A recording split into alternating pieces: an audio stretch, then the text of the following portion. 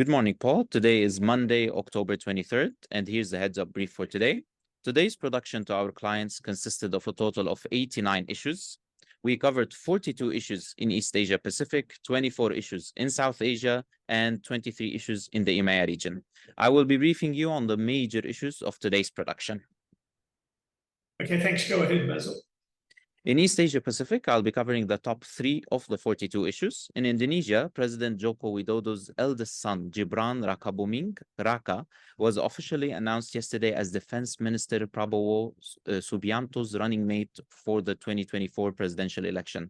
The announcement followed the meeting of the general chairs of Prabowo's Advanced Indonesia Coalition Party. The presidential and vice presidential candidate pair will officially register with the General Election Commission on October 25th. The development influences future policy directions, which impacts regulatory landscapes and stakeholders' strategic planning in Indonesia. Paul, we covered this as the major development in Southeast Asia today. Yep, great. And did that development cover the permutations on what this could do? It could help the opposition, because this won't be a popular move amongst some of the impartial media, some of the uncontrolled media, and it will rub a lot of people up the wrong way, because clearly there's a lot of self-interest and nepotism going on there. Alternatively, it could empower them, given Jokowi's current approval rate, which is, I think, 70 or 80%. It'll be very interesting to see how this unfolds over the next 2 or 3 polls, and we need to keep a real close eye on that. Okay. Sure, Paul. We'll be monitoring this closely. In the Marshall Islands, the U.S. secured a deal on October 16th with the Marshall Islands to renew a strategic pact that grants the U.S. military access to the Western Pacific region. This agreement with the Marshall Islands grants the U.S. military access to its land, air, and sea in exchange for economic assistance over decades. The renewal offers $2.3 billion in assistance over 20 years.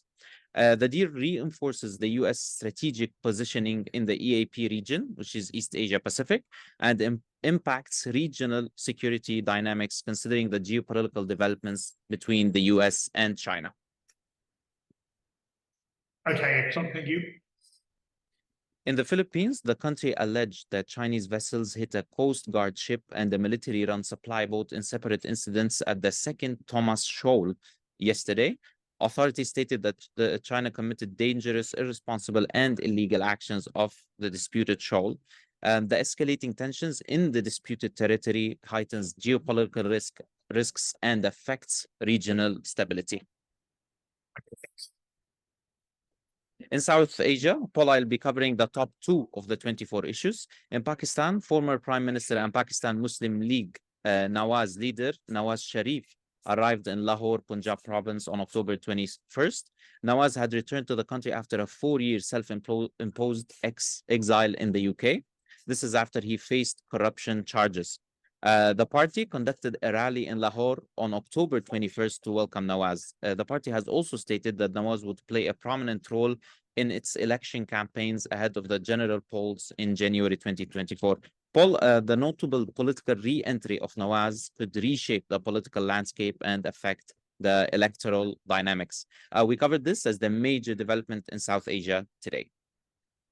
Do you think this means we can put Imran Khan as an influential political figure in Pakistan behind us? Yes, I think so, Paul. Okay, thank you. Also in Pakistan, K Electric employees were abducted and tortured by members of the PMT mafia in Karachi's Surjani town area in Sindh yesterday.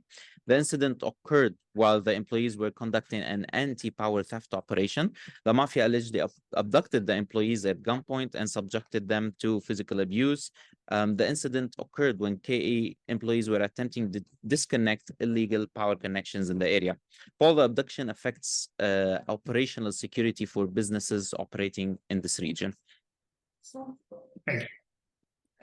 In the EMEA region, I'll be covering the top issue of the 23 issues concerning the Israeli-Palestinian conflict. Here is an update, Paul. Around 4,651 Palestinians and 1,400 Israelis have died.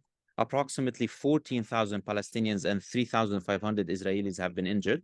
Yesterday, the UK, the US, France, Germany, Italy, and Canada have issued actually a joint statement supporting Israel's right to defend itself.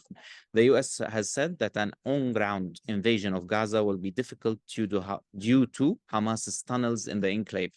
2 people were killed by Israeli airstrikes at Syria's Damascus airport yesterday. Other attacks also occurred at the Aleppo airport in Syria as well. Also, thousands of protesters rallied in Tel Aviv to demand the resignation of Prime Minister Benjamin Netanyahu. In addition, China will announce that it will send its warship to the Middle East. The Chinese Middle East Special Envoy, Zai Jun, has warned against the rising possibility of a region-wide conflict. Finally, the US will also send additional air defense missiles to the Middle East. It will also put additional military personnel on prepare to deploy orders. While the conflict escalates tensions in the region between Iran, the US, and Israel, which may lead into a regional conflict. This affects business operations and supply chains. We covered this as the major development in our EMEA roundup today. We also conveyed this to our clients in EMEA via an advisory message. Yeah, but I think China's involvement too is very significant in sending a message that it's not going to be a subservient to a hegemonic power any longer. So that's very powerful. Thank you very much. Excellent brief, Bassel. Thank you, Paul. That's it for today.